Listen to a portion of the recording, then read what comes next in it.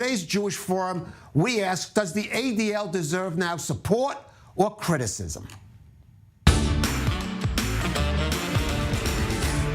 And joining us, we have Joel Rubin, former Deputy Assistant Secretary of State and former Executive Director of the American Jewish Congress from Chevy Chase, Maryland. Here in our studios, we have Avi Mayer, the Editor-in-Chief of the Jerusalem Post. And in Tel Aviv, we have our correspondent, Ariel, Levin, Waldman. I'm going to start with you. Is the criticism justified that the ADL, that Jonathan Greenblatt, has strayed from the mission of the organization? Absolutely. Under the leadership of Jonathan Greenblatt since about 2015, the ADL has ceased to be an organization against anti-Semitism, but has become the lawfare and censorship arm of the U.S. Democratic Party, which aims to shut down party opponents rather than anti-Semites. There are some fundamental problems with Greenblatt's version of the ADL, and the first one is its rank hypocrisy. It seems that the ADL is incapable of finding examples of democratic anti-Semitism, and even endorses people and movements that are explicitly promoting Jew hatred. The most obvious examples of this are the continued ADL support for Al Sharpton, a man responsible for helping incite the 1991 Crown Heights riots in New York, which culminated in the lynching of a Jewish man and the first pogrom on U.S. soil. The ADL likewise remains a staunch supporter of Black Lives Matter, which openly endorses the BDS movement, notable for open opposition to Jews, not just the Israeli government. This support for enemies of the Jewish people comes at the same time the ADL mounts an inquisition even against Jews that defy the Democratic Party. Chaya Reichek, who maintains the popular Libs of TikTok social media account, the ADL demanded Twitter shut her down, called it fighting anti-Semitism.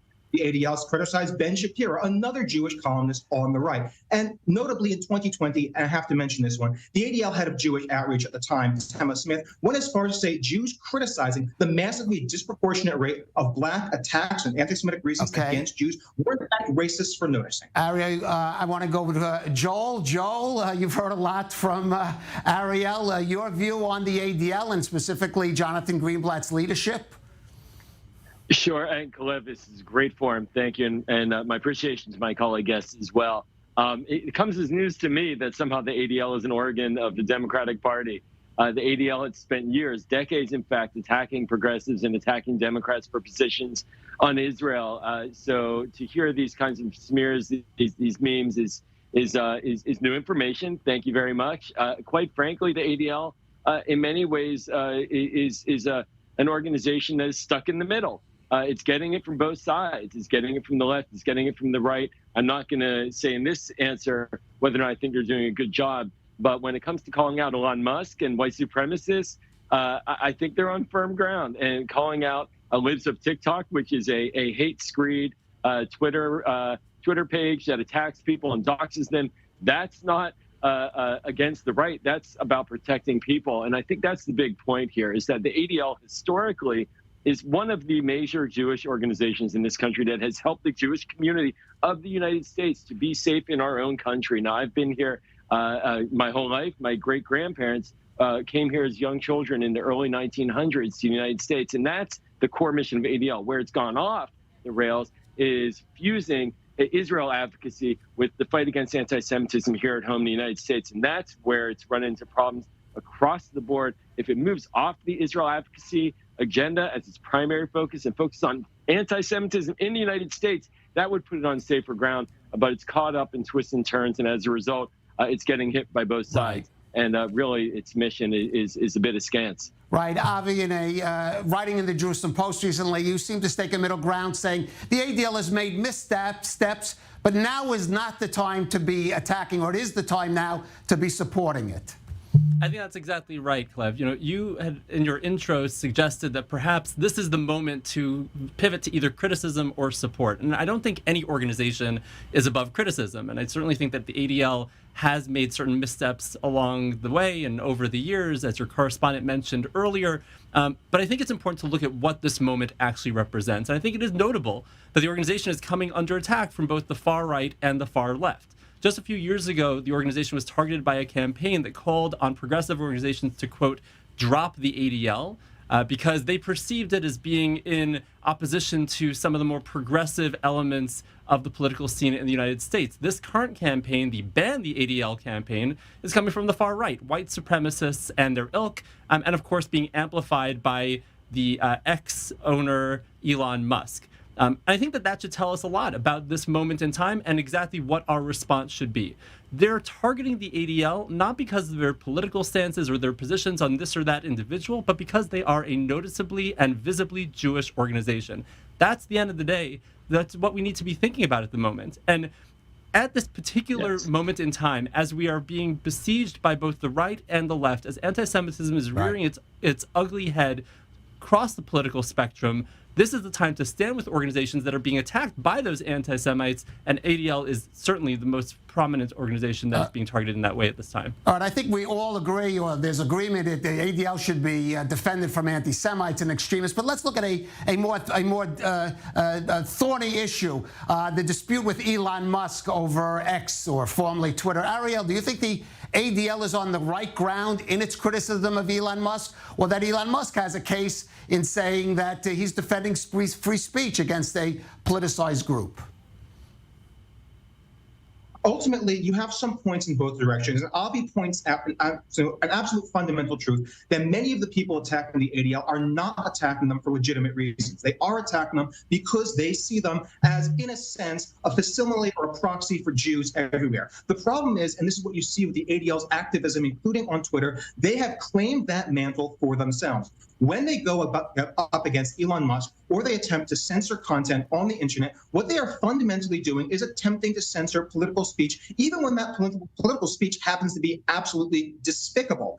And at the same time, they are receiving U.S. government funds to do that with. They've got those funds in one of the recent defense grants, the nonprofit defense grant, and they're still using that funds to attack Americans' civil liberties. And that is going to breed a lot of bad faith and a lot of, in many ways, legitimate criticism of them. You cannot claim to be defending and speaking for all Jews when even all Jews don't necessarily endorse you, and you are making all Jews. I want to jump in here because this is a rant. I want to give Joel a chance now to respond, and also specifically on this Elon Musk X issue. Yeah, that's sort of a highly personalized rant, and it's confusing a whole bunch of different stuff, and people confuse the audience. Let's be clear. The ADL has training programs to help synagogues protect themselves. In fact, in Colleyville, the rabbi spoke about how the ADL training protected him and his synagogue and his congregants. So I'm not going to call for the ADL to not get U.S. government funding when it's doing training that protects Jewish lives. I wouldn't want anyone to call for that, and I hope that that's not what we're calling for here. And I think when it comes to calling out hate speech on X, my God, we've seen a spike in domestic anti-Semitism here in the United States directly tied to Elon Musk allowing white supremacist anti-Semites back onto X, back onto this platform to spew their hatred. There is a link. He in addition to with Yee and the rapper, I mean, all of the hate speech that should not be on there, that is putting Jewish lives at risk. That is something the ADL is calling out. And I don't think we should condemn them for that. I think we should be applauding them for that. That said, the ADL does take a position that makes people concerned about whether or not they're infringing on civil liberties. We should have that debate. But I'm not gonna call the ADL out for defending the right to go to synagogue and be safe and have a rabbi be trained by them to keep us safe.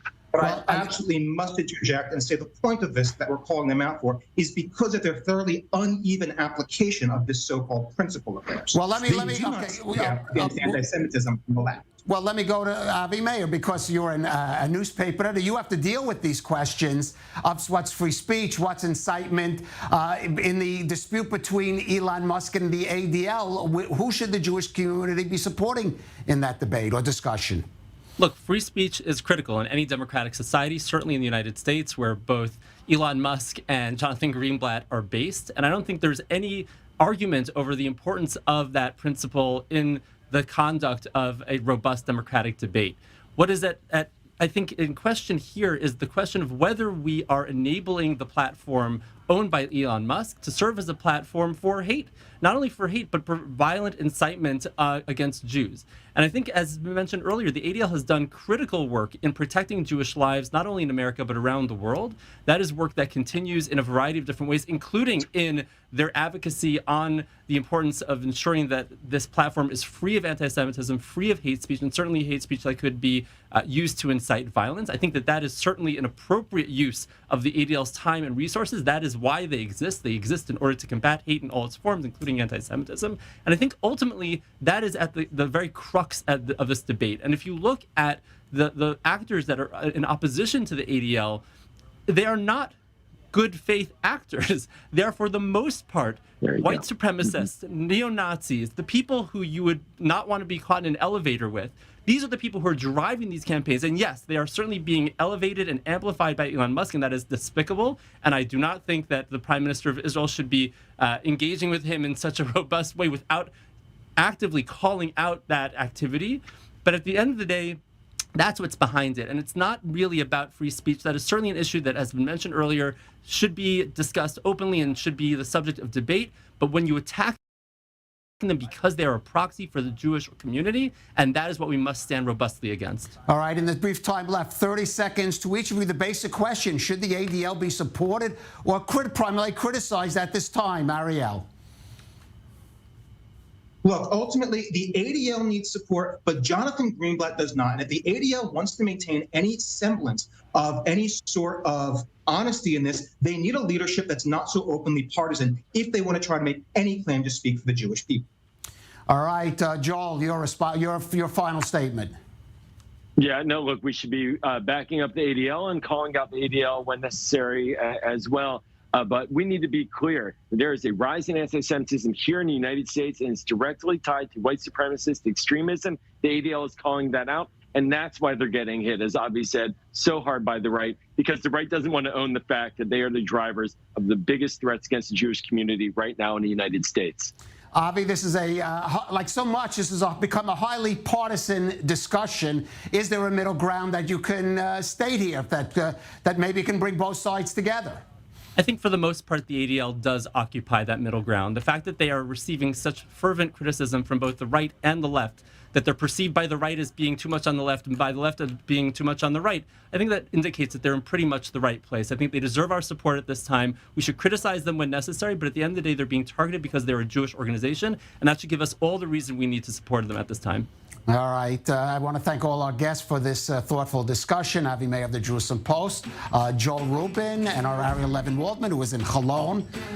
Thank you for joining us on Jewish World Weekly.